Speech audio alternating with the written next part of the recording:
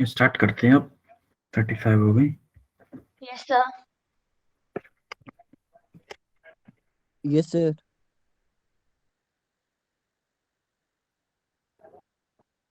Screen show हो रही है? Yes sir. Yes sir. ये हमारा लास्ट क्लास में डन हो गया था ना?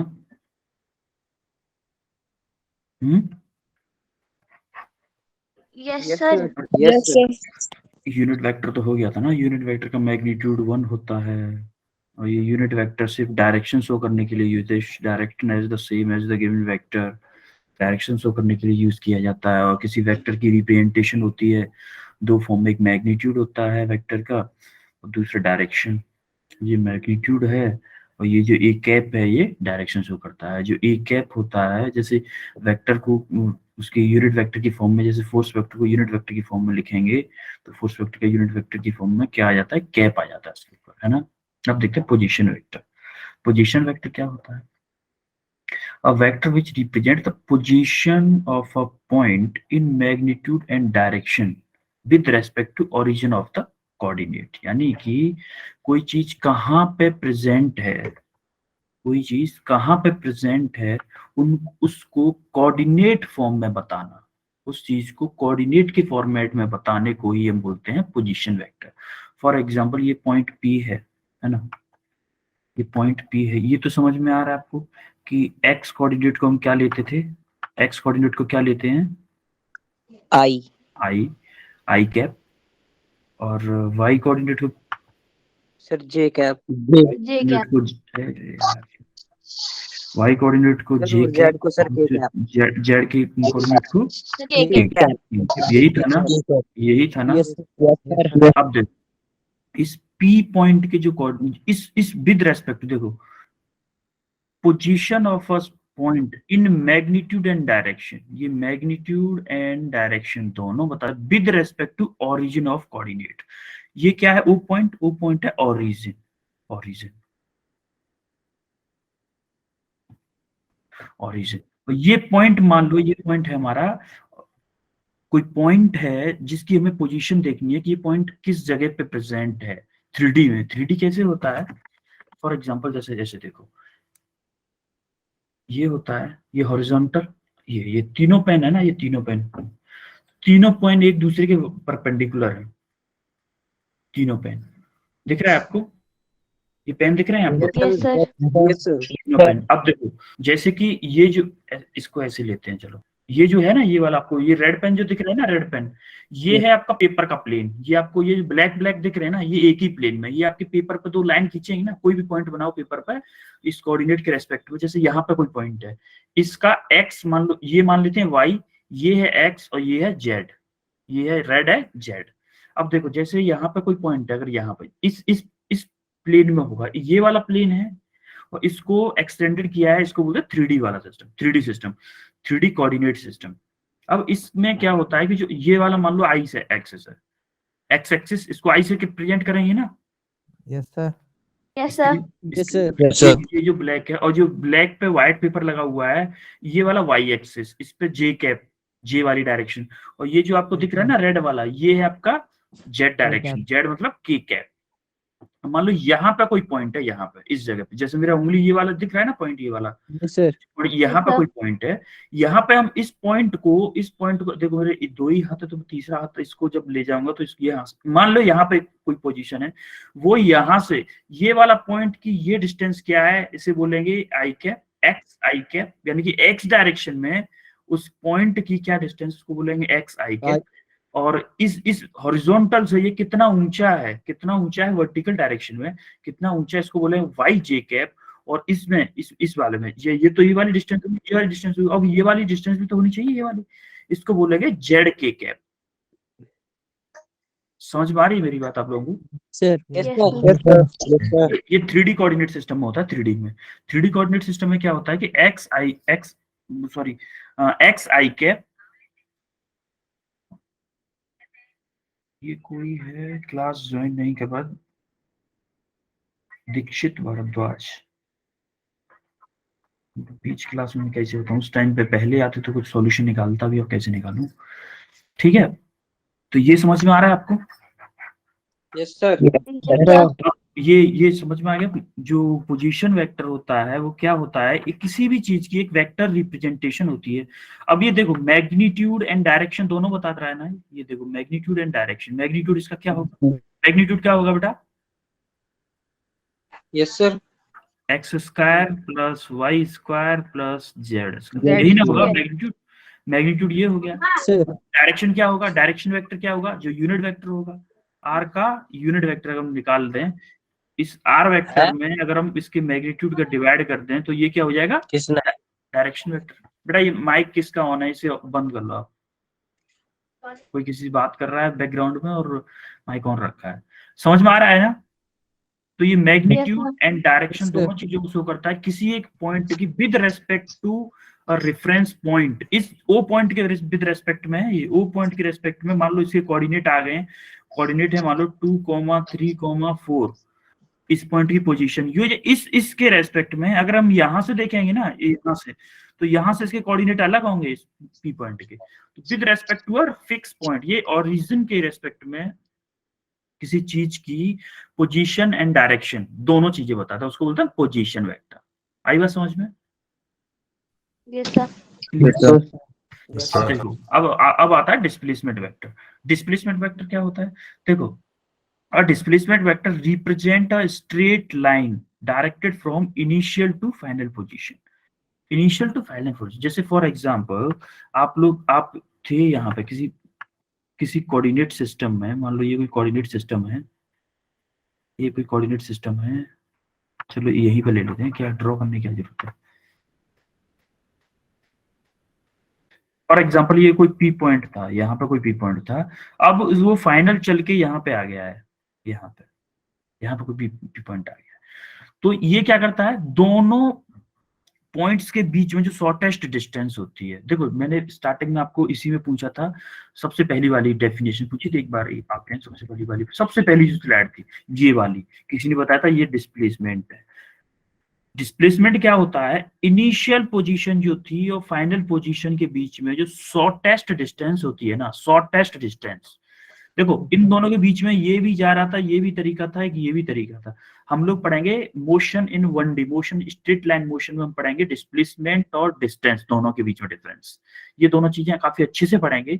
लेकिन अभी हमें सिर्फ डिस्प्लेसमेंट पढ़ना है, थोड़ा सा इसको डीप में फीलिंग में आपको उसमें दूंगा मैं, मोशन इन 1D में, ठीक है, उसमें आपको एग्जैक्टली फीलिंग आएगी कि कैसे क्या होता है इसका। अब एक्चुअली बस यहाँ पे ये देखो, it's a difference between final position to the initial position vector. Final position vector होगा और इनिशियल पोजीशन वेक्टर होगा, उन दोनों के डिफरेंस को ही हम डिस्प्लेसमेंट वेक्टर बोलते हैं। आई बात समझ में। Yes, sir. Yes, sir. Yes, sir. ये R1 क्या था, इनिशियल पोजीशन वेक्टर, और R2 क्या था, फाइनल पोजीशन वेक्टर। मान लो यहां से कोई पॉइंट चल के इस लाइन के थ्रू यहाँ पे आ गया, यहाँ पे, तो यहाँ से यहाँ तक की शॉर्टेस्ट डिस्टेंस एस वेक्टर है, जो इसी को बोलते हैं हम डिस्प्लेसमेंट वेक्टर, इसी को डिस्प्लेसमेंट वेक्टर बोलते हैं। और जैसे यहाँ की जो पी पॉइंट है, इसके कोऑर्डिनेट क्या है, x1 y1 z1, और जो फाइनल पी पॉइंट है इसके कोऑर्डिनेट है x2 y2 z2। अब देखो जो R1 क्या है, पोजीशन वेक्टर, इनिशियल पोजीशन का R1 वेक्टर क्या हो जाएगा, x1 i1 x y1 j1 plus z1 k1। देखो x डायरेक्शन में जो डिस्टेंस होगी, इस डायरेक्शन में जो डिस्टेंस चला होगा इस डायरेक्शन में, वो i कैप होगी, i कैप उसके साथ में आएगी। जो y डायरेक्शन में डिस्टेंस चला होगा वो j कैप होगी, और जो z डायरेक्शन में चल रहा होगा इस वाली डायरेक्शन में, ये दो डायरेक्शन होती है, अंदर भी होती है z और बाहर भी होती है। ऐसे ही x एक इधर भी होती है, और देखो जैसे इस डायरेक्शन में प्लस x है ना, ये मान लो प्लस x है, तो इस डायरेक्शन में होगी माइनस x। ऐसे ही प्लस y है इधर, तो इधर होगी माइनस y।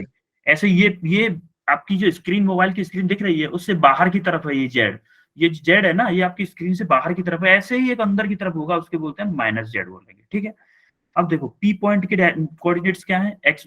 अब देखो R1 वेक्टर ये हो गया, R2 वेक्टर ये हो गया। अब हमें क्या निकालना था, डिस्प्लेसमेंट वेक्टर कैसे निकालते हैं, सिंपली आप ये याद रखो, डिस्प्लेसमेंट वेक्टर क्या होता है, difference between final vector to the initial vector. Final vector क्या है, R2 है ना फाइनल वेक्टर। Yes, sir. ये फाइनल वेक्टर R2 है, R2 वेक्टर माइनस के R1 वेक्टर, अब देखो यहीं से हम लोग क्या देखेंगे कि इसका देखो S vector equal to R1 क्या है, x1 i cap plus y1 j cap plus z1 k cap. ये हो गया R1 हो गया।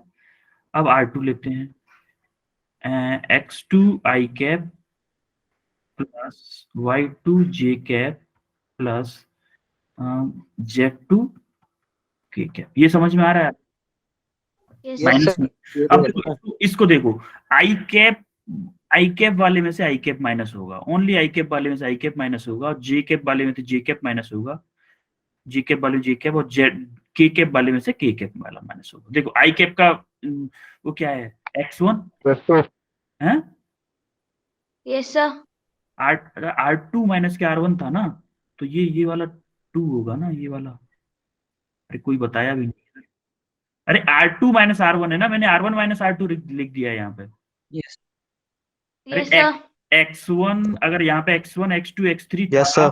तो वो R1 की वैल्यू थी ना, और अब हमें लिखना क्या है, R2 की लिखनी थी, यहाँ पे हमने गलती से वो लिख दिया, ये 1 है।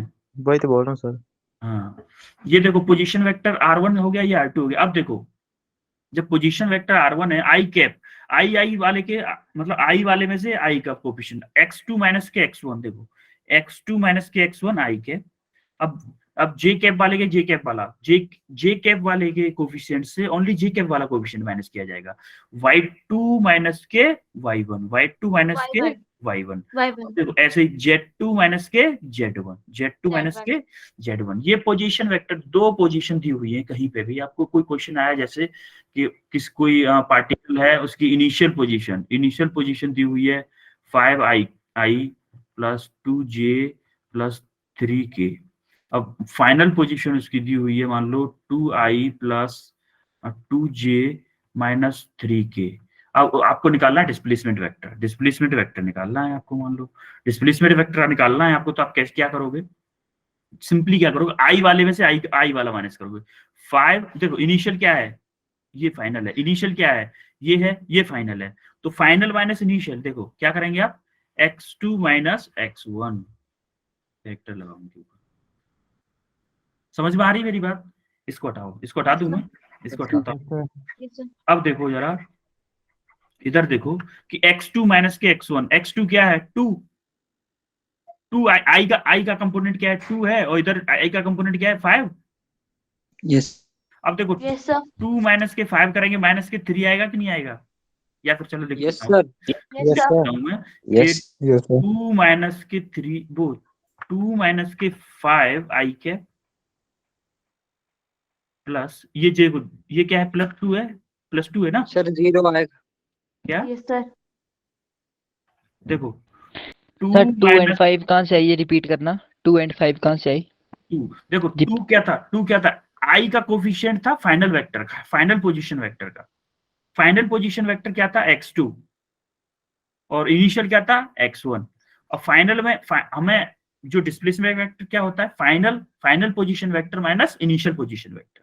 फाइनल पोजीशन वेक्टर क्या है x2 का में आई का कोफिशिएंट क्या है 2 है ना, अरे Yes.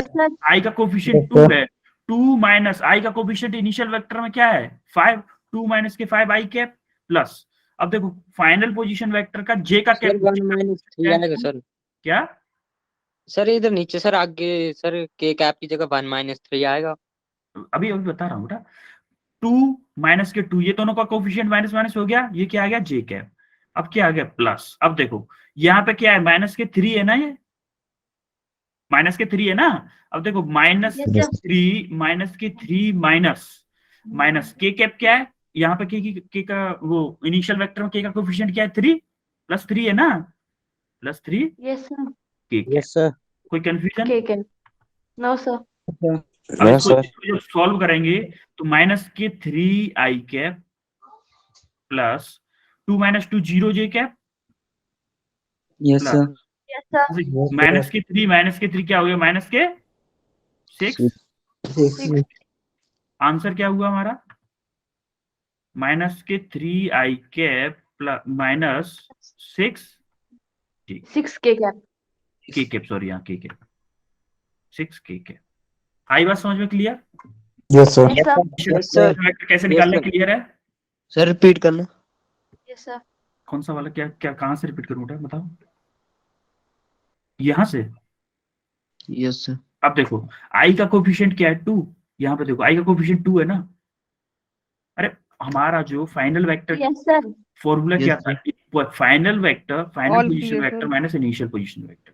फाइनल क्या है? 2, 2 minus 5, initial position vector 2 minus 5 आई कैप प्लस, अब जे कैप वाले में से जे कैप वाला माइनस करेंगे। फाइनल क्या है? 2, इनिशियल क्या है? 2, 2 माइनस के 2 जे कैप। अब के कैप वाला देखो माइनस के 3 माइनस ये वाला माइनस फॉर्मूले की वजह से आया है। फाइनल पोजीशन वेक्टर का के कोफिशिएंट और इनिशियल पोजीशन वेक्टर के के का कोफिशिएंट दोनों को माइनस किया, -3 माइनस के 3 के कैप। अब इसको सॉल्व किया तो minus k 3 i cap minus जे वाला 0 है और माइनस के 5 का आंसर आया। क्या कौन सा? सर 5। ये 5। Yes sir. ये 5 इसका आई का कोफिशिएंट है ना बेटा, इनिशियल पोजीशन वेक्टर का कोफिशिएंट, आई का कोफिशिएंट। इनिशियल पोजीशन वेक्टर में आई का जो कोफिशिएंट है वो 5 है और यहाँ का इसका फाइनल वेक्टर का जो पोजीशन वेक्टर का आई का कोफिशिएंट है वो 2 है। तो इसीलिए आया फाइनल पोजीशन वेक्टर का आई माइनस इनिशियल पोजीशन वेक्टर का आई, वो फाइनल पोजीशन वेक्टर का। समझ में आ रही मेरी बात? Yes, sir. सर क्वेश्चन में दिया हुआ है जैसे। क्या हुआ? सर क्वेश्चन में दिया हुआ है मैं 5। हाँ हाँ क्वेश्चन ये मैंने एग्जांपल लिया है आपके लिए, ये सिर्फ Yes, sir. एग्जांपल लिया है बस। सर रेखा में भी दो एग्जांपल। ये एग्जांपल दिया है और ऐसे वेरिएबल फॉर्मेट में आपको ये होगा, वेरिएबल फॉर्मेट में।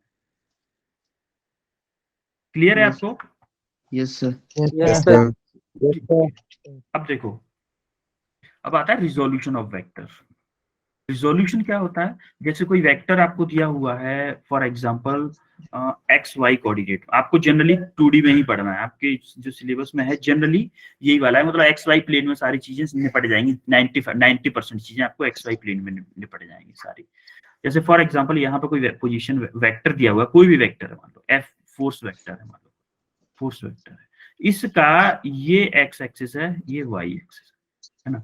अब आप एक चीज याद रखो, फाइनली आपको हर कोई भी मतलब ये याद नहीं रखना कि कैसे क्या आता है कैसे क्या नहीं आता है। आपको सिर्फ एक चीज याद रखनी है हमेशा कि जो जिस साइड से जो एंगल बनाएगा ना ये वाला फोर्स, ये मान लो थीटा एंगल बना रहा है, तो जिस साइड से ये एंगल बना रहा है उस साइड में इसका कॉस कंपोनेंट आएगा। जैसे एफ है, इसका इधर क्या आएगा? एफ वेक्टर कॉस थीटा, और इस साइड में आएगा, जो इस साइड में इसका कंपोनेंट होगा वो होगा F vector sine theta. Sin theta. I clear है? Yes, जैसे sir. जैसे Yes, यहाँ पे sir. देखो ये आर वेक्टर था, उसका इस साइड वाला जो था आर आर साइन थीटा, और उस साइड वाला क्या हुआ? ये जो इस साइड वाला है जो इसका ये जो वर्टिकल वाला है आर साइन थीटा रहेगा, जो हॉरिजॉन्टल एक्स के साथ में। अरे यार ये देखो इसका ये वाला हो गया एंगल, इसी से मैच है ना, एंगल हॉरिजॉन्टल से अटैच है ना, तो ये हो गया Yes, कॉस sir. कंपोनेंट। अब इसका जो ये जो होगा ये वाली डिस्टेंस होगी, वो वाली ऊपर वाली भी तो सेम ही होगी ना, यहाँ से यहाँ तक की। Yes Yes, sir. sir. R cos theta लिख दिया है। और ये जो है इसकी जो वाई एक्सिस है जिससे अटैच नहीं है, ये वाला एंगल जिससे अटैच नहीं है, उस साइड में जाएगा साइन, उस साइड में जाएगा साइन जाएगा, तो ये वाली जो डिस्टेंस है वो ये इस वाली डिस्टेंस से इक्वल होगी ना, इसीलिए इसको आर साइन थीटा लिख दिया है। ठीक है, क्लियर है? Yes sir. ये सिर्फ इसका मैंने एक्सप्लेनेशन है कि कैसे आता है। आपको फाइनल काम किससे है? इसके रिजोल्यूशन में किस डायरेक्शन में आर के किस डायरेक्शन में साइन कंपोनेंट आएगा और किस डायरेक्शन में कॉस कंपोनेंट। क्लियर है आपको? सर cos की जगह sin था। कैसे? सर जहाँ अभी सर लिखा है r cos थीटा, सर इधर साइन होता है परपेंडिकुलर अपॉन हाँ हाइपोटेन्यूज। ये देख लो आप, ये देख लो, उससे समझ में नहीं आ रहा है आपको। मान लो ये आर वेक्टर दिया हुआ है, ठीक है, ये आर वेक्टर है, यहाँ से ये थीटा एंगल पे है, तो साइन क्या होता है? साइन क्या होता है बेटा?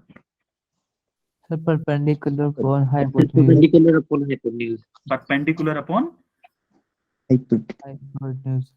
हाँ हाइपोटेन्यूज। देखो परपेंडिकुलर साइन थीटा इसमें परपेंडिकुलर क्या है? यही है ना, ये परपेंडिकुलर तो यही है ना। Sir.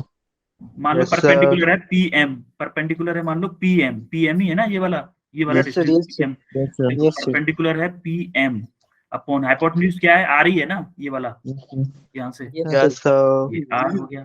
तो यहाँ से जो पीएम जो डिस्टेंस है हमारी, पीएम जो डिस्टेंस है वो क्या आ गई, आर साइन थीटा ही आ गई ना। Yes sir. पीएम जो डिस्टेंस है आर साइन थीटा ही आ गई। सेम कॉस के लिए देख लो, कॉस के लिए क्या होता है, बेस सर ऐसा upon, same sir vector base law upon of additional भी होता है। क्या हुआ बेटा, क्या हुआ, OM अपॉन ओएम अपॉन, यहाँ से ओएम, ओएम देखो, O base upon base upon hypotenuse, देखो बेस अपॉन हाइपोटेन्यूज, यहाँ से ओएम क्या निकाल लिया, ओएम आ गया r sine, r cos theta.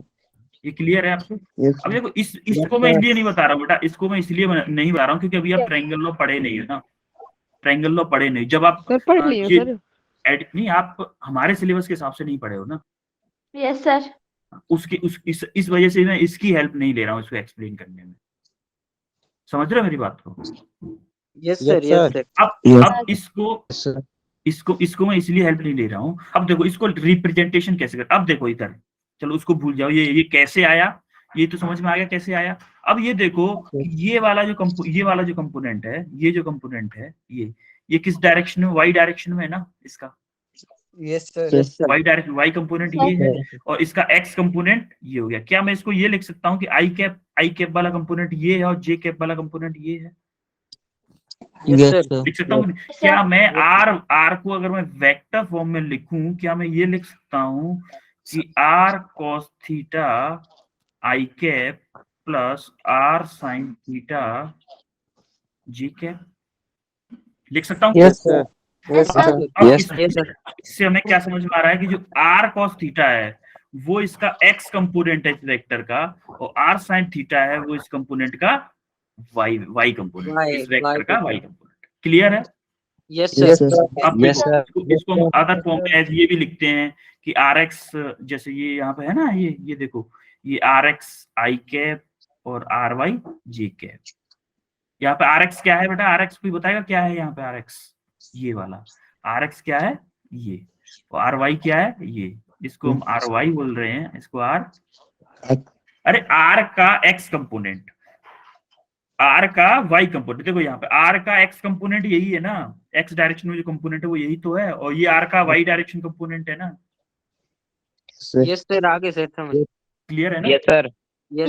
अब देखो इसका जो मैग्नीट्यूड मैंने वेक्टर का मैग्नीट्यूड आपको क्या बताया था, वेक्टर का जैसे हमने स्टार्टिंग में बताया था कि जैसे आर पोजीशन वेक्टर था x i cap plus y j cap plus z k cap जो था, तो आर का वेक्टर क्या था, magnitude x square plus y square plus z square था, यही था ना। अब देखो इसका मैग्नीट्यूड इसका कैसे निकालेंगे, मैग्नीट्यूड क्लियरली। अब देखो इसमें जेड कंपोनेंट है नहीं, आई कंपोनेंट है और वाई जे कंपोनेंट है। जेड कंपोनेंट है ना, जेड कंपोनेंट को छोड़ देंगे, वो जीरो है ना, जब नहीं है तो जीरो के कैप है यहाँ पे। अब जीरो का कुछ ऐड करें या ना करें कोई फर्क पड़ता है उससे कोई फर्क नहीं है।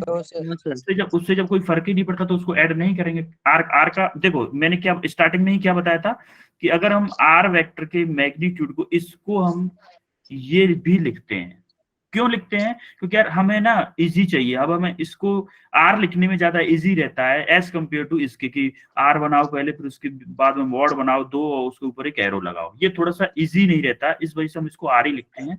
तो इसका मतलब यही है, इसका मतलब भी यही है, ये आर इक्वल टू ये आर एक्स का एक्स कंपोनेंट का स्क्वायर प्लस वाई कंपोनेंट का स्क्वायर, ये क्या हो गया मैग्नीट्यूड, क्या हो गया ये मैग्नीट्यूड।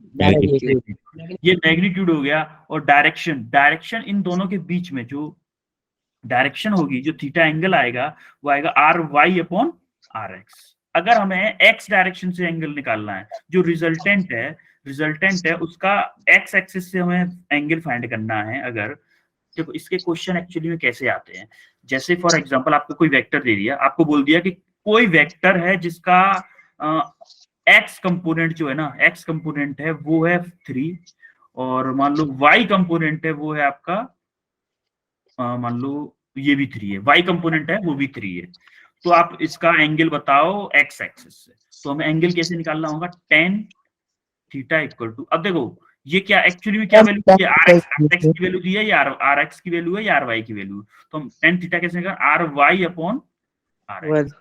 हमें एक्स एक्स एक्सिस से पूछा है R y upon R x, अब क्या है 3/3 क्या हो गया 1। अब 1 थीटा में टेन इनवर्स 1 क्या होता है, किसकी वैल्यू होती है 45 डिग्री की होती है कि नहीं, 10 45 की वैल्यू 1 होती है ना। सर हमने tan यस थीटा सर क्या हुआ, सर tan थीटा हाँ तो टेन थीटा को 10 को इधर भेज दिया ना, 10 इनवर्स 1 हो गया ना। नहीं सर tan थीटा क्या बोल रहे हो, मेरी समझ में नहीं आ रहा। सर सर tan आर को tan थीटा क्यों लिया है? आर को tan थीटा क्यों लिया है? ये लास्ट में ये वो tan थीटा की अच्छा ये वाला ये क्यों लिया है मैंने, ये क्यों लिया है ये यस यस सर। ये फॉर्मूला होता है बेटा, फॉर्मूला एंगल दो वेक्टर्स जो रिजल्टेंट वेक्टर है इसका एक्स एक्सिस के बाद साथ में रिलेशन निकालने का फॉर्मूला होता है। एक्स एक्सिस से कितना एंगल है इसको निकालने का फॉर्मूला होता है आर सर वाई अगर अपॉन आर एक्स। निकालना हो तो क्या सर बाय एक्सिस पे वाई एक्स इसका उल्टा कर देते हैं, R x upon R y कर देते हैं। या फिर आप ऐसे भी निकाल सकते हो, या तो आप ऐसे निकालो या फिर ऐसे भी निकाल सकते हो। देखो यहां से भी निकाल सकते हो, ये एंगल अगर थीटा है, ये वाला एंगल अगर थीटा है तो ये पूरा एंगल तो 90 डिग्री है ना, है कि नहीं। यस यस सर तो क्या इसको हम मैथमेटिकली सिंपली ये कर सकते हैं 90 माइनस थीटा। यस अब देखो Yes, sir. जैसे फॉर एग्जाम्पल इस वाले क्वेश्चन के लिए देखें, थीटा क्या आया था 45। अब ये वाला अगर हम वाई एक्सिस से एंगल बताएं तो 90 माइनस के 45 इक्वल टू 45 डिग्री आ जाएगा ना। अब हमें फॉर्मूला अलग से एक और फॉर्मूला याद रखने की क्या जरूरत है, हम सर सिंपली इसको लास्ट में सर ये 90 माइनस 40, एग्जांपल में हाँ एग्जाम्पल सर ही बता रहा हूँ मैं। हाँ सर ये इसमें 45 कैसे आया सर लास्ट में? ये 1045 की वैल्यू होती है 1, टिग्नोमेट्री में Yes, sir. मैथमेटिक्स से Yes, 1045 की वैल्यू होती है 1। जैसे ये जब 10 है ना, इस थीटा की जब हम वैल्यू निकालते हैं, थीटा की जो वैल्यू निकालते हैं 10 को उधर भेज देते हैं, वो ये हो जाता है 10 इनवर्स 1। 10 इनवर्स 1 की वैल्यू होती है 45 degree. Yes sir sir tan theta की जगह और क्यों नहीं ली सर हमने? क्या हुआ, सर tan थीटा की जगह और क्यों नहीं ली सर? 10 क्योंकि फॉर्मूला यही है ये हमारे पास। फॉर्मूला यही है बेटा, फॉर्मूला यही फॉर्मूला है। ही है। अब इसका डेरिवेशन भी है, अब डेरिवेशन कराने से कोई फायदा नहीं है, इसलिए हमने डायरेक्ट फॉर्मूला ही बताया है, फॉर्मूला ही समझा है। यस क्योंकि सर जेई जो आपका जेई है ना, जेई यस सर आपको इंजीनियर बनने के लिए जिस स्कूल कॉलेज की एंट्रेंस एग्जाम जो होता है उसमें कोई डेरिवेशन नहीं पूछता, अमेरिका न्यूमेरिकल आते हैं जो कि फॉर्मूलों से होंगे। डेरिवेशन वहां जाके डेरिवेशन के लिए टाइम भी नहीं होता कि हम जाके डिराइव करें कोई फॉर्मूला। ये जो आप पूछ रहे हो ना कि यहाँ पर 10 ही क्यों लिया है, 10 ही क्यों लिया है, इसका पूरा डेरिवेशन है। अगर हम डेरिवेशन कराते तो आपको ये क्वेश्चन नहीं आता कि 10 ही क्यों लिया है। समझ रहे हो मेरी बात को, ये यस सर आपके क्लासेस में इसका डेरिवेशन कराया भी होगा, अगर कराया हो तो, मुझे पता नहीं कराया होगा कि नहीं, वैसे कराना तो चाहिए क्योंकि कॉलेज में तो आता है ना, बोर्ड एग्जाम्स में ये डेरिवेशंस आ जाते हैं। अब ये समझ में आया कि रिजल्टेंट वेक्टर जो हम कैसे निकालते हैं, उसका डायरेक्शन कैसे निकालते हैं। Yes sir Yes, sir. Resolution कैसे करते हैं, जिसके साइड में थीटा लगा हुआ है, जिस एक्सिस से थीटा चिपका हुआ है उस साइड में कॉस कंपोनेंट आएगा, और जिस साइड में नहीं चिपका हुआ है उस साइड में साइन कंपोनेंट आएगा। क्लियर सर है। rx is equal Yes, to sir. r cos थीटा सर। आर एक्स, हाँ r x equal to r cos theta है। ये जो आर कॉस थीटा जो है ये आर एक्स है, और ये वाला जो आर साइन थीटा है ये आर वाई है। ये देखो वहां से समझ में नहीं आ रहा था, ये देखो ना, यहां से ये देखो जो आर का ये जो आर वेक्टर है इसका एक्स कंपोनेंट क्या आ रहा है, एक्स डायरेक्शन में कितना डिस्टेंस है इसका, यही है ना R cos theta. Yes sir yes Yes, sir. sir. और वाई डायरेक्शन में इसकी कितनी डिस्टेंस है, आर साइन थीटा ये है। Sine theta. तो अब देखो एक्स डायरेक्शन, या तो हम इसको ये लिखें कि R cos theta i j cap की फॉर्म में लिखते हैं तो ये वाला आ जाता है, ये जैसे ये लिखा है R cos theta i cap क्यों लगाया है, क्योंकि एक्स डायरेक्शन में है, ये डिस्टेंस एक्स डायरेक्शन में है। और जे कैप क्यों लगाया है, क्योंकि ये डिस्टेंस वाई डायरेक्शन में। क्लियर है। सर जिसके साथ थीटा चिपका होता है सर उसको हम cos Cos थीटा का- लेते हैं। उस साइड में कॉस कंपोनेंट आता है। Yes sir.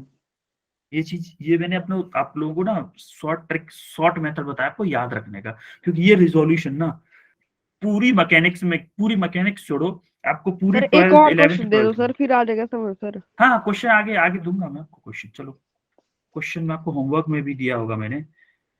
ये देखो ऐसे ही सेम उसी की तरह ये 3D में है। ये 3D में थोड़ा विजुलाइज करना, ये आपको वैसे आएगा नहीं आपके लिए।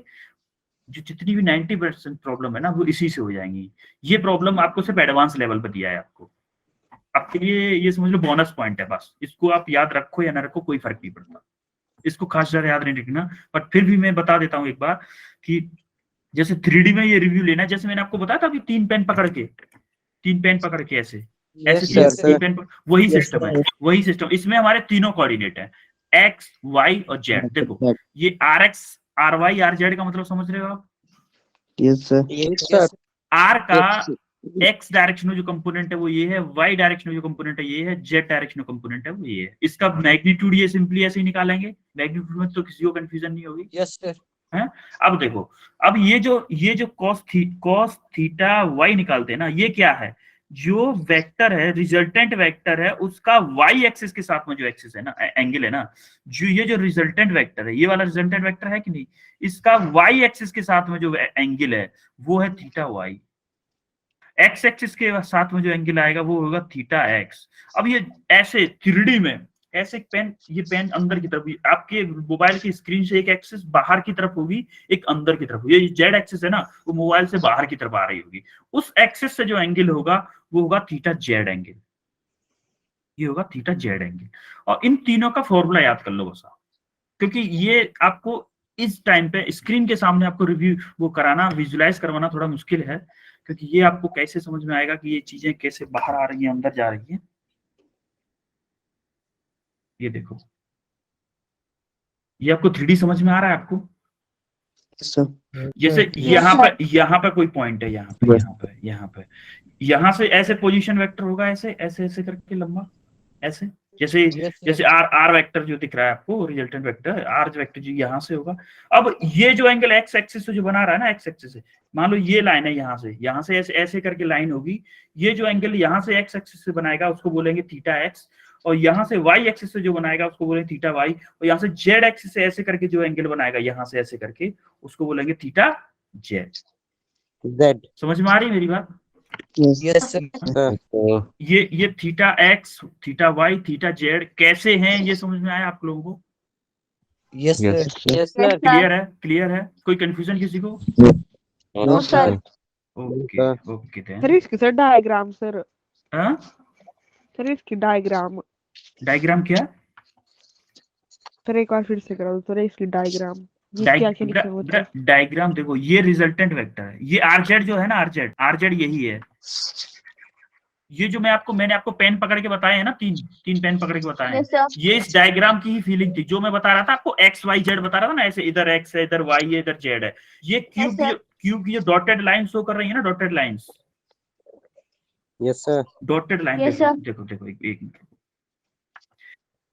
ये जो लेंथ है, ये वाली जो लेंथ है, मैंने अभी आपको जो एक्स एक्सिस बताई थी, एक्स एक्सिस ऐसे बताई थी, एक्स एक्सिस यस वो वाली लेंथ है, ठीक है। अब ये जो ऐसे अंदर की तरफ जा रही है ना, ये अंदर की तरफ जा रही है, अंदर की तरफ, ये है जेड एक्सिस। ऐसे बोर्ड के अंदर, वो आपकी स्क्रीन के अंदर और बाहर, अंदर और बाहर। एक जो जेड एक्सिस है वो आपकी स्क्रीन के अंदर की तरफ गई होगी, और एक एक्सिस स्क्रीन से बाहर की तरफ आएगी, जो कि आपको स्क्रीन पर शो नहीं कराए। स्क्रीन पर शो क्यों नहीं हो रहा है? कि ये 2D डायमेंशन है, ओनली इसमें लेंथ और हाइट यही चीज बताई जा सकती है। एक्स और वाई एक्सिस तो इस पर शो किए जा सकते हैं, लेकिन जेड होती है अंदर की तरफ और बाहर की तरफ। इसको थोड़ा विजुलाइज कराना बहुत मुश्किल होता है। ऑन पेपर अगर हम आपके सामने होता ना, तो उसके लिए एक कार्टून टाइप का वो बनाते हैं, उससे समझ में आ जाता है। जैसे ये दो एक्सिस है, ये तो आपको क्लियरली दिख रही है, लेकिन ये जो हाथ, मेरा हाथ आपको आगे की तरफ दिख रहा है, आगे की तरफ ये वाला पार्ट, यस सर। ये जो पार्ट है ना, ये वाला पार्ट जो आपको दिख रहा है, ये वाली उंगली मान लो आप एक्स एक्सिस, और यहां से ये वाला हाथ मान लो मेरा वाई एक्सिस, और ये जो इसकी डेप्थ थी, जो डेप्थ दिख रही है ना, डेप्थ, ये है जेड एक्सिस। अब इसमें कोई पॉइंट एग्जांपल सर। हाँ क्या हुआ सर? आसान से सर एक एग्जांपल सर, घर की जो दीवार के सर कोने होते सर, उसमें भी होती सर। हाँ हाँ ये बोल Z सकते हो आप, axis. हाँ ये बोल सकते हो, बिल्कुल बिल्कुल बोल सकते हो आप।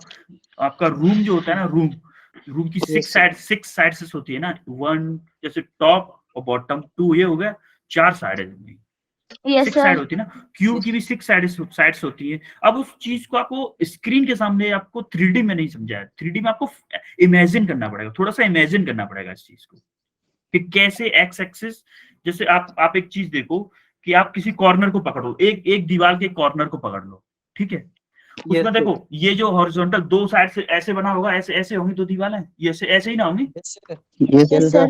ऐसे होंगी ऐसे। अब ये दो साइड तो आपको एक्स और वाई मिल गई, ठीक है, मिल गई ना। Yes, sir. अब एक एक्सिस जैसे छत ले लो, या फिर आप छत ले लो, सबसे टॉप वाला कॉर्नर आप ले लोगे तो वहां पे एक ऐसे होगी, Yes, sir. एक दो ऐसे होगी। तो वहां पे अगर स्पेस में यहाँ पे बीच में कोई Yes, रूम के अगर बीच में कोई पॉइंट है और किसी कॉर्नर के रेस्पेक्ट में हमको डिफाइन करना है, किसी कॉर्नर के रेस्पेक्ट में अगर हमें डिफाइन करना है तो उसके लिए 3 पॉइंट चाहिए। एक तो कितना हम दोनों दीवारों से, ये जो हॉरिजॉन्टल दीवार थी इससे कितना ऊंचाई पे है और इससे कितना दूर है, और एक हमें ऊपर वाली दीवार से भी तो देखना पड़ेगा कितना नीचे है। Yes, sir. समझ पा रहे हो मेरी बात को? जैसे Yes, sir. आप Yes, sir. For example ceiling fan है, चलो सीलिंग फैन लेते हैं फॉर एग्जांपल। सीलिंग फैन में आप देखिए कि ये जो दोनों दीवारों से आप देखोगे, पहले ये दीवार कितनी है, ये दीवार कितनी है। एक चीज आप तीसरी चीज ये भी देखते हो कि सीलिंग फैन कितना नीचा है। अरे जो सीलिंग फैन के ऊपर रॉड लगी होती है, Yes, sir. Yes, sir. ये भी तो देखनी होती है। अब देखो दो, जब मिस्त्री से आप बोलते हो, जो बनाने वाला होता है, भाई देखियो रूम के बीच में आए, तो वो रूम के बीच में लाने के लिए क्या करता है, पूरे रूम की ये वाली डिस्टेंस नापता है और ये वाली भी नापता है। Yes, sir. ये दोनों नापता है, क्यों? क्योंकि उसको पता है ये जो थर्ड वाली जो डिस्टेंस है, हाइट जो है ना उसकी पंखे की, वो पंखे की जो हाइट है वो हम पाइप लाके, जो छोटा पाइप ले आएंगे तो जेड डायरेक्शन, जिसको हम जेड बोलेंगे, तो पंखे की जो हाइट है ना बेटा, पंखा जैसे आपको इतना नीचा, Yes, sir. कभी जैसे ऊंचा छत अगर ज्यादा ऊंची होती है तो वो वाला पाइप जो उसके ऊपर जो लगा होता है वो ज्यादा बड़ा लेके आते हैं, जिससे कि पंखा नीचे आ जाए और हवा ज्यादा तेजी से आए। तो वो जो पंखे की जो पाइप ऊपर वाला ना, वो होती है जेड डायरेक्शन। फील आया थोड़ा बहुत फील आया होगा? Yes, sir. Yes, sir. तो उसी को जैसे फॉर एग्जांपल अभी क्वेश्चंस में, जब से मैंने अभी आपको क्वेश्चन कराया था ना, अरे इससे पहले जो क्वेश्चन कराया था, यहाँ पे जो क्वेश्चन कराया, Yes, sir. पोजीशन वेक्टर में क्वेश्चन कराया था ना, ऊपर एक्स वाई जेड कंपोनेंट, ये वाला जो क्वेश्चन कराया था, x initial x final. Yes, sir. तो इसी फॉर्म में हमको ये दिया दे 3D कोऑर्डिनेट के, इसी एक्स वाई जेड कोऑर्डिनेट में दिए होते हैं तीनों चीजें। समझ में आ रहा है आप लोगों को? पंखे से समझ में आया कि जेड, ये तीनों Yes, sir. कंपोनेंट होते हैं, x y z Yes, component कैसे शो Yes, किए sir. जाते हैं, क्लियर Yes, है? sir. ये एक फॉर्मूला ये भी है कि तीनों एंगल्स का अगर कॉस का स्क्वायर लें, cos square theta x plus cos square theta y plus cos square theta z equal to 1 होता है। ये आपके मतलब ओवर है आपके लिए। आपको इसकी जनरली 99% केसेस में आपको जरूरत नहीं पड़ेगी इसकी। सर इसका हम यूज ज्यादातर कहाँ करते हैं सर? हाँ, हम इन चीजों का यूज एडवांस में करें। अभी आप जब इंजीनियरिंग में जाओगे ना, इंजीनियरिंग में जब आप देखो, अभी तो हम लोग क्या कर रहे हैं, 2D मैकेनिक्स पढ़ेंगे। 2D मैकेनिक्स मतलब एक ब्लॉक मूव कर रहा है तो हमें ब्लॉक से पेपर पे बना लेंगे। एक्चुअली वो ब्लॉक क्या 2D होगा, उसकी ब्लॉक की हाइट विड्थ और डेप्थ तीनों चीजें होंगी ना। Yes, sir. एक्चुअली में अब जब हम जैसे फाइनल, जैसे 12th के बाद में हम इंजीनियरिंग कॉलेज में पहुंचे, इंजीनियरिंग कॉलेज में आपको इन्हीं चीजों से डील करना होगा। इंजीनियरिंग कॉलेज में जब आप पहुंचोगे ना, आपको 3D वेक्टर रिजॉल्व फॉर्म ही देखनी होगी हमेशा, क्योंकि वहां पे क्या होगा ना, वहां पे 2D से काम नहीं चलेगा, वहां पे आपको डिजाइन बनानी पड़ेगी। घर का स्ट्रक्चर बनाना है, घर का अगर स्ट्रक्चर बनाना है तो आपको तीनों चीजें देखनी पड़ेगी। हाइट कितनी बनाए घर की, लेंथ कितनी बनाए, और विड्थ मतलब गहराई कितनी बनाए। ये समझ पा रहे हो मेरी बात? वहां पे आपको इस मैकेनिक इस जो फॉर्मूले में बता रहा हूँ, वहां पे जरूरत पड़ेगी। अभी आपने बोला इसका यूज कहाँ करते हैं बेटा, रियल लाइफ में सारा इसी का यूज है, रियल लाइफ में। लेकिन हम चीजों को समझने के लिए 2D में पढ़ते हैं। जैसे मैंने अभी आपको 2D वेक्टर पिछले बार बताया ना, एक्स वाई कंपोनेंट में ओनली, उनको हम समझने के लिए पढ़ते हैं। जब हम रियल लाइफ में इंजीनियरिंग में जब हम आएंगे तो जनरली हम 3D वेक्टर्स में पढ़ेंगे। जैसे आप सिविल इंजीनियरिंग अगर आपको कहीं मिली, सिविल इंजीनियरिंग ब्रांच हुई, तो आपको इससे 3D वेक्टर से बहुत ज्यादा जूझना पड़ेगा। या फिर मैकेनिकल इंजीनियरिंग हुई तो जो आपकी जो डिजाइन्स आती है वो भी 3D फॉर्म में आती है सारी की सारी। सर समझ में आ रही जैसे मेरी 2D, बात? सर जैसे हाँ? 2D होता है और 3D होता है, वैसे कोई 4D भी होता है? नहीं 4D नहीं होता बेटा, कोई 4D नहीं होता। 1D आप ये चीज ना हम आपको पढ़ाएंगे मोशन इन 1D में। मोशन अभी आपका होगा ना sir motion in 1 dimension.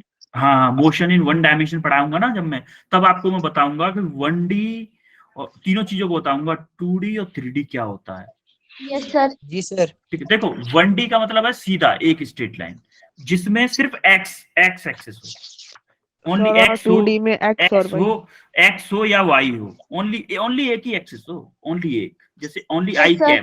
I cap हो या जे कैप हो या के कैप हो, कोई भी हो, एक हो ओनली।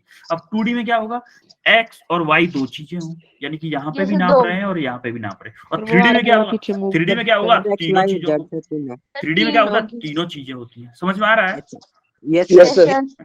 क्लियर है? Yes sir. बिल्कुल। अब देखो ये जो अभी आपने बोला था ना सर क्वेश्चन दे दो इस पे कुछ, देखो magnitude, angle and x, angle with x axis, angle with x axis and unit vector, इन तीनों के आपको होमवर्क में करके लाना है। यस ठीक है, सर। ठीक है, स्क्रीनशॉट ले लो, स्क्रीनशॉट ले लो। और सिंपल है, ले लिया सिंपल सर है, सिंपल है, बहुत इजी है। ठीक है, जी। Yes sir. सिंपल फॉर्मूले बेस पे करना है आपको। मैग्नीट्यूड सिंपली आपको क्या करना है, अंडर रूट में 2 स्क्वायर प्लस 2 स्क्वायर। सर कर लेंगे हम, सर मत बताओ सर। एंगल, सर एंगल की क्या मत करना है, बताओ। सर कर लेंगे हम हाँ, सर हाँ, खुद। ये ठीक है चलो। अब देखो वेक्टर अलजेब्रा, वेक्टर अलजेब्रा मतलब वेक्टर एडिशन के 3 फॉर्मेट होते हैं। बेटा एक चीज याद रखिएगा, हम लोग ना डेरिवेशंस कम करेंगे, डेरिवेशन इन द सेंस हम डेरिवेशन निग्लिजिबल करेंगे, क्योंकि डेरिवेशन हमारे जेई के लिए, जेई एग्जाम हम किस पॉइंट ऑफ व्यू से पढ़ रहे हैं, हम जेई पॉइंट ऑफ व्यू से। Yes, sir. हम ना बोर्ड पॉइंट ऑफ व्यू से नहीं पढ़ रहे हैं। तो हर चीज का जैसे आप पूछ रहे थे यही क्यों है, तो यही अगर वाई का आंसर देना है ना तो आपको उसको ड्राइव करना पड़ेगा। जैसे फॉर एग्जांपल, जैसे आपने अभी पूछा था, किसी बच्चे ने पूछा था सर हमने एंगल के लिए tan थीटा ही क्यों लिया है।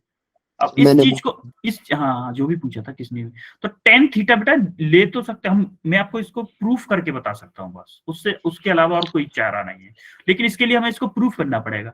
अब प्रूफ करने के लिए आपको बोर्ड एग्जाम्स, फिर तो यार कंपटीशन की पढ़ाई में बोर्ड एग्जाम की पढ़ाई में कोई फर्क नहीं रहेगा। और दूसरी बात यह है कि बोर्ड एग्जाम का सिलेबस कंपटीशन की पढ़ाई से कम होता है, तो उसमें हम एक्सप्लेन करके और जो फॉर्मूला बेस पे वो सारी चीजें करके देख सकते हैं। लेकिन कंपटीशन के लिए जो आपका 11th और 12th टोटल आता है एक साथ आता है, तो सोचो आप जब एक साथ आएगा ना तो आपको डेरिवेशन तो छोड़ो, फॉर्मूला याद रखना मुश्किल पड़ जाएगा। तो इसीलिए हम डेरिवेशन पर फोकस कभी नहीं करते, कोई भी नहीं करता। किसी भी कोचिंग में चले जाओ, कोई डेरिवेशन में फोकस ज्यादा नहीं करता। डेरिवेशन जो इंपॉर्टेंट हो, कंसेप्ट, जैसे आपको किसी कंसेप्ट, जैसे किसी डेरिवेशन का यूज क्वेश्चन को सॉल्व करने के लिए हो सकता है ना, तो उसी डेरिवेशन को कराएंगे जनरली। और अगर आपको ज्यादा क्यूरियोसिटी है कि नहीं नहीं सर डेरिवेशन जरूरी है, तो फिर आप बता दीजिए। फिर ये थोड़ा सा ये रहेगा ना कि और बैचों से आपका सिलेबस पीछे रहेगा, बस ये है। नहीं क्या सर डेरिवेशन आती सर, करवाई सर ने। हैं सर हमें आती सर करवाई हुई है डेरिवेशन सर, पहले सर बताइए सर। Derivation sir. सर कठिनाई बताइए सर लो पहले लो। स्कूल्स में कराई हुई है ना, ठीक है यस सारा सर। क्लियर है तो सर। सर आप इसीलिए सर बस हाँ, इम्प्लीमेंट करना बताएंगे हाँ सर। हम सब इसी को कंसेप्चुअली देखेंगे बस, और कुछ नहीं। अब जैसे इनमें क्या होता है, ग्राफिकल मेथड होते हैं। अब देखो ग्राफिकल मेथड जो होते हैं ना आपके बोर्ड एग्जाम्स में आते हैं, बोर्ड एग्जाम्स में तो आते हैं। अब ग्राफिकल मेथड आप जब आप कंपटीशन का एग्जाम देने जाओगे, वहां पर 4 ऑप्शन होते हैं, ABCD, ठीक है। अब यहाँ पे आप ग्राफिकल स्केल लेके वेक्टर की लेंथ नाप के और उसके एंगल नाप के प्रोटेक्टर से या फिर उनसे एंगल नाप के ये थोड़ी ना ड्रॉ करोगे। ये चीजें कंपटीशन में नहीं आती, लेकिन कंपटीशन में कंसेप्ट आता है डेप्थ में। कुछ चीजें कंसेप्ट ग्राफिक जो बोर्ड एग्जाम्स में आती हैं, वो चीजें जैसे ग्राफिकली है, कुछ चीजें बहुत ज्यादा ड्रॉ करना है, फिगर्स ड्रॉ करने हैं, ये सारी चीजें बोर्ड एग्जाम्स में आती है, कंपटीशन में नहीं आती ये चीजें। समझ रहे हो मेरी बात को? यस यस सर सर धीमे yes, धीमे sir. धीमे धीमे धीमे आप टेस्ट वगैरह दोगे ना, टेस्ट असाइनमेंट जो आपको मिल रहे हैं उन चीजों से आपको पता चलेगा। जैसे असाइनमेंट आप में से अगर किसी ने सॉल्व किया हो तो आपको पता चलेगा कि जो असाइनमेंट को सॉल्व करने के लिए हमारा डेरिवेशन नहीं, कंसेप्ट की ज्यादा जरूरत है हमें। सर हमें कल सर कितना सिलेबस आएगा सर क्विज में? क्विज में बेटा आपका यूनिट एंड डायमेंशन और फिजिकल वर्ड 2 चैप्टर आएंगे। Okay sir. ठीक है, यस सर। यस और सर। फिजिकल वर्ड से तो शायद दो या चार क्वेश्चन आएंगे। जनरली आपका यूनिट एंड डायमेंशन सही है। सर 30 सर क्वेश्चन कल होंगे पूरे ना? फिजिक्स क्या सर? जी सर। हाँ, यूनिट एंड आपका ये मुझे एग्जैक्टली आइडिया नहीं है कि कैसा टेस्ट सर होगा, पिछले कितने वाले मार्क्स। में भी 30 ही क्वेश्चन 30 क्वेश्चन थे तो 30 ही होगा। हाँ 30 ही क्वेश्चन सर 15-15 सर होंगे कल दोनों फिजिक्स का सर। ही है ना सर? ओनली फिजिक्स का है कल। सर दोनों चैप्टर के सर 15-15 होंगे। नहीं 50-50 नहीं होंगे, आपका यूनिट एंड डायमेंशन से ही सबसे ज्यादा क्वेश्चन होंगे। Okay sir. क्योंकि Yes, sir. क्योंकि होता क्या है ना, जो जेई में हमारा फंडा क्या होता है कि हम हमेशा उस चैप्टर की प्रैक्टिस करेंगे जिससे जेई में ज्यादा आता हो।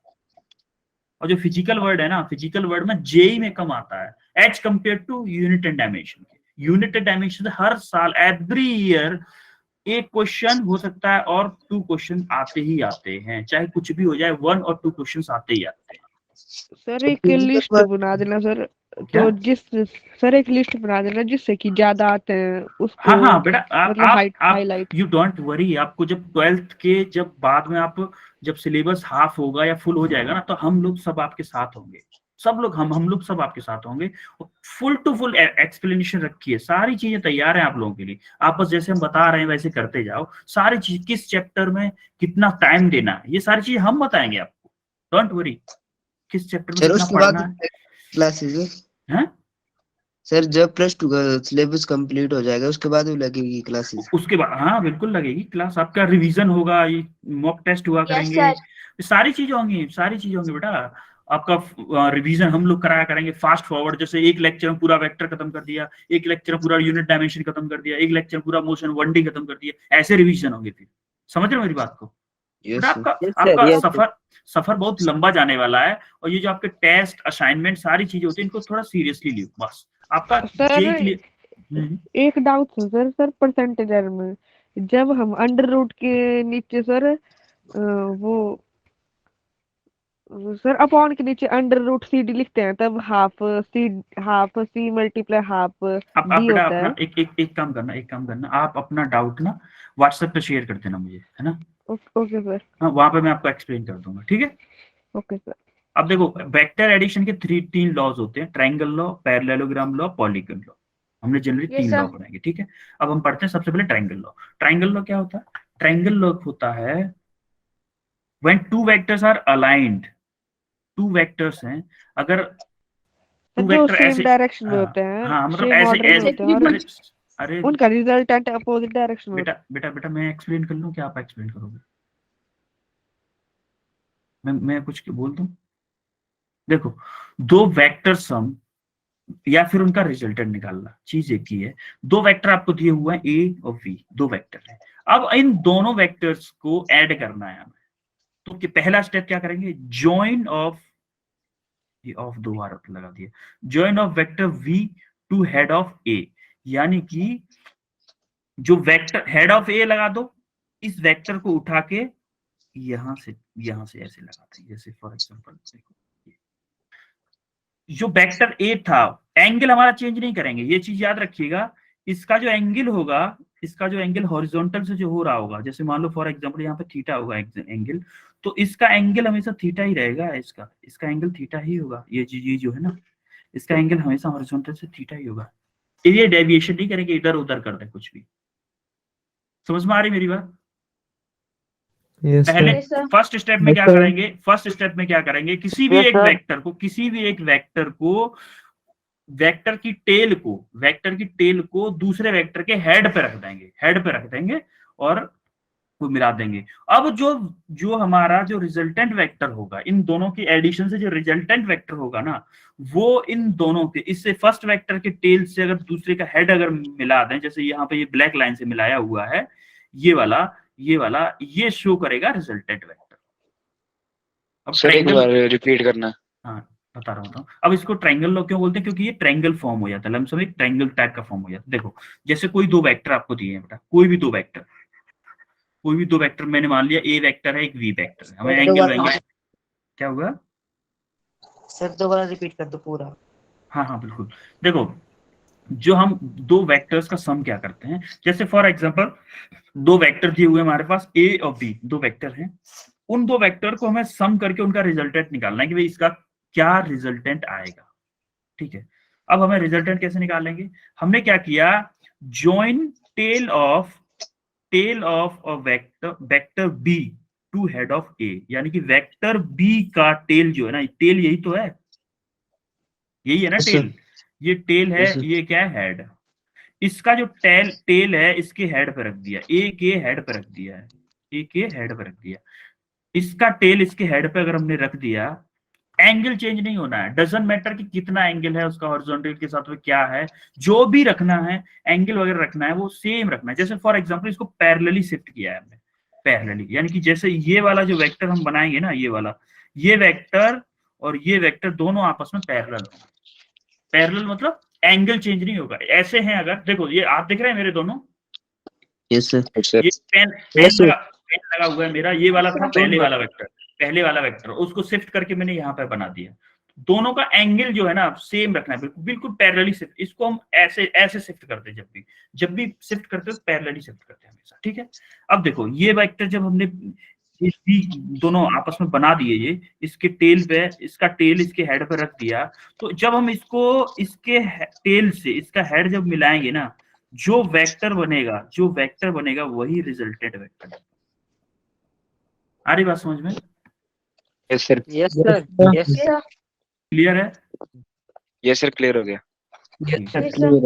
अब ऐसे ही होता है पैरेललोग्राम। लो पैरेललोग्राम क्या होता है? पैरेललोग्राम उसी का एक्सटेंशन है। ये पैरेललोग्राम क्या होता है? ये भी सेम लमसम सेम ही है। उसमें क्या कर रहे थे, एक के टेल को दूसरे के हेड पे रख रहे थे। ट्रायंगल लॉ में भाई ए के हेड पे बी का टेल रख रहे थे ना।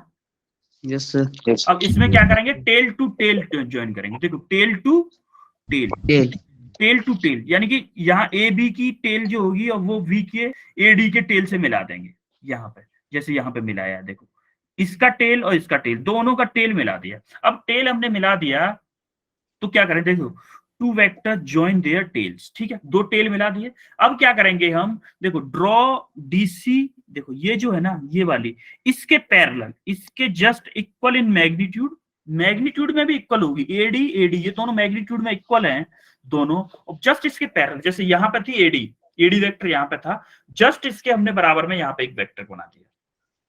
सर जो इसके सामने होगा सर वो इसके बराबर ही होगा सर। बिल्कुल बराबर, हम बराबर बना रहे हैं ना बेटा, बराबर ही बनाएंगे उसको। इसके पैरेलल और इसके इक्वल। ऐसे ही नीचे जो ए बी वेक्टर था ना, ये वाला हमने टेल टू टेल जोड़ी थी, ये जो ए बी वेक्टर है उसके जस्ट ऊपर एक और वेक्टर बना दिया। समझ में आ रही मेरी बात? Yes sir. जब देखो ये वेक्टर की जितनी लेंथ थी उसी की इतनी लेंथ होगी, तो जब इनके टेल यहाँ पर टेल मिले हुए हैं तो क्या इनके हेड मिल जाएंगे ऑटोमेटिकली? Yes sir. अगर आपने स्केल, ये ग्राफिकल मेथड है एक्चुअली में, ये ग्राफिकल मेथड है इसको निकालने का रिजल्टेंट वेक्टर। तो क्या होगा, इनका जो डायगोनल होगा ना, इनका जो ये जो यहां से लेके यहां तक जो डायगोनल होगा वो हमारा रिजल्टेंट वेक्टर को शो करेगा। यहां से यहां तक जो डायगोनल होगा वो हमारा रिजल्टेंट वेक्टर को शो करेगा, जो कि हमारा एडी प्लस ए बी दोनों का एडिशन। क्लियर है आपको? Diagonal will represent the resultant. Clear है सर? इसका रिजल्ट नहीं हो सकता? इसका रिजल्टेंट बी डी नहीं हो सकता?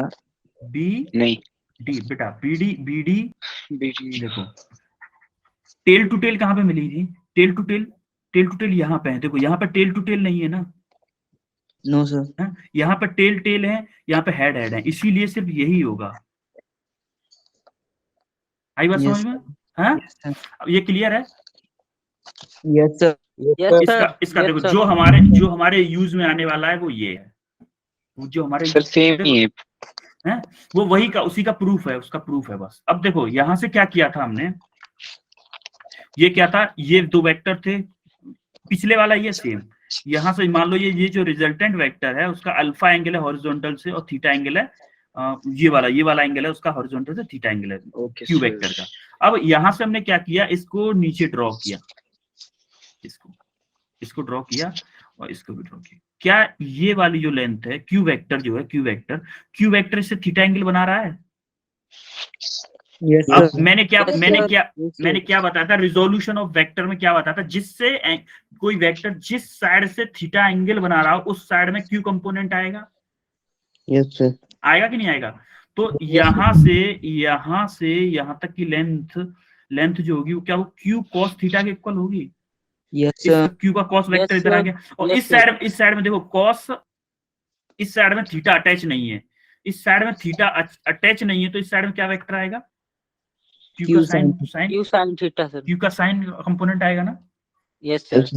Yes, sir. क्यू का साइन, अच्छा टाइम हो गया लेकिन इसको कंप्लीट कर लेते हैं ना। इस क्यू का साइन कंपोनेंट आएगा। अब देखो क्यू का साइन कंपोनेंट अगर इधर आ जाएगा तो अच्छा एक बात बताओ मुझे, क्या हम यहाँ से ए और ई क्या होगा, P vector plus P plus Q cos P theta, vector plus Q vector. Yes sir. Clear है कि नहीं बताओ मुझे। ए यहाँ से डिस्टेंस क्या होगी, यहाँ से P vector plus Q vector cos theta होगी कि नहीं होगी? होगी ना। अब क्या मैं इस ट्रायंगल को कंसीडर कर रहा हूँ, ये जो बना रहा हूँ ना मैं, एक मिनट इसका थोड़ा वो चेंज, यहाँ सर पेन का चेंज कर लो हैं, पेन का कलर चेंज करता हूँ। हाँ वही समझ गए बेटा फीलिंग मेरी। अब ये देखो, ये ट्रायंगल ले रहा हूँ मैं, ये वाला यहाँ से लेके ये ट्रायंगल ले रहा हूँ, इसमें मैं पाइथागोरन थ्योरम लगा रहा हूँ। पाइथागोरन थ्योरम जो ट्रायंगल का होता है ना, बेस का स्क्वायर प्लस परपेंडिकुलर का स्क्वायर इक्वल टू हाइपोटेन्यूज का स्क्वायर। अब देखो एसी का स्क्वायर, यहाँ पे स्क्वायर नहीं लगाया इन लोगों ने, यहाँ पे एसी का स्क्वायर प्लस इसका स्क्वायर प्लस इसका स्क्वायर। क्लियर है? Yes sir. अब या फिर हम वेक्टर फॉर्म में भी बना सकते हैं इसको। चलो वेक्टर, इसने वेक्टर फॉर्म में किया है तो वेक्टर फॉर्म में ही कर देते हैं, या फिर इससे पाइथागोरस थ्योरम से बताऊं। सर पीजीडी से इजी है। ये इजी है, पाइथागोरस थ्योरम से इजी है सर। पाइथागोरस तो इजी है, तो पाइथागोरस थ्योरम यस से ले लो। सर। देखो आर का स्क्वायर, आर वेक्टर का स्क्वायर क्या होगा, ए वेक्टर का स्क्वायर प्लस क्या होगा, अरे इसका स्क्वायर प्लस इसका स्क्वायर होगा ना। Yes sir. प्लस क्या हो गया, सीई का स्क्वायर या ईसी या सीई, बेटा एक ही बात है ना। अब देखो आर का मैग्नीट्यूड क्या होगा, अंडर रूट में ए ई का स्क्वायर प्लस सीई का स्क्वायर। क्लियर है? अब देखो ए ई क्या है, P plus Q cos theta है ना। यहाँ पे क्या कर दो, क्यू कॉस थीटा का स्क्वायर प्लस यहाँ पे क्या आएगा, यहाँ पे सी ये पे क्यू साइन थीटा का स्क्वायर थीटा है। अब देखो, अब यही कंडीशन आ गई ना। अब इसको स्क्वायर खोल दो जरा, इसका जो स्क्वायर हम खोलेंगे, फॉर्मूला बना के जब खोलेंगे पूरा मैथमेटिक्स से सॉल्व करेंगे तो ये सिंपली यही आ जाएगा, P square plus Q square plus 2pq cos theta under root R vector. Yes. अब देखो, अब ये जो आया है इस वेक्टर की साइन कॉस फॉर्म यही है ना, साइन कॉस फॉर्म। ये एक्स कंपोनेंट है कि नहीं, ये बताओ मुझे। X, yes sir. और ये वाई कंपोनेंट है कि नहीं? यस सर, यहाँ देखो वाई कंपोनेंट यही है ना, वाई वाला कंपोनेंट, और ये पूरा एक्स कंपोनेंट है। ये आई कैप है, ये आई कैप वाला है, ये वाई जे कैप वाला है कि नहीं।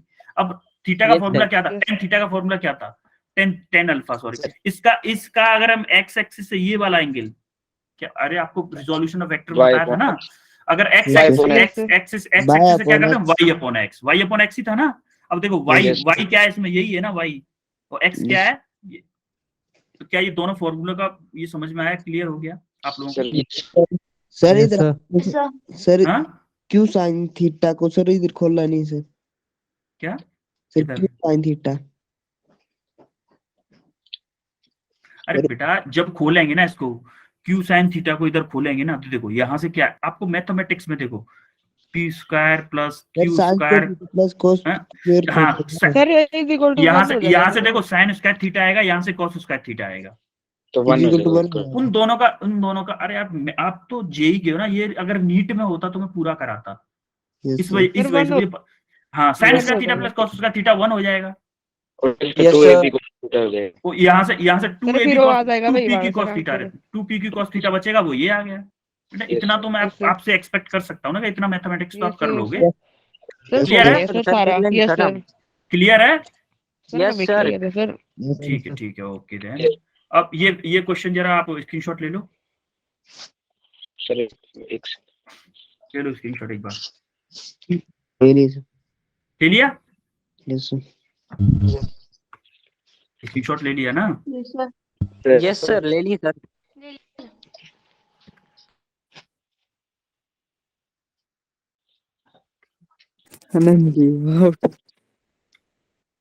हो गया clear? Yes sir. Yes sir ठीक है यस सर। ठीक है बेटा, चलो फिर एंड करते क्लास आज। सर एक हफ्ते में हाँ? हमारी फिजिक्स की क्लास कौन क्या कौन हुआ? सी लगती सर? क्या?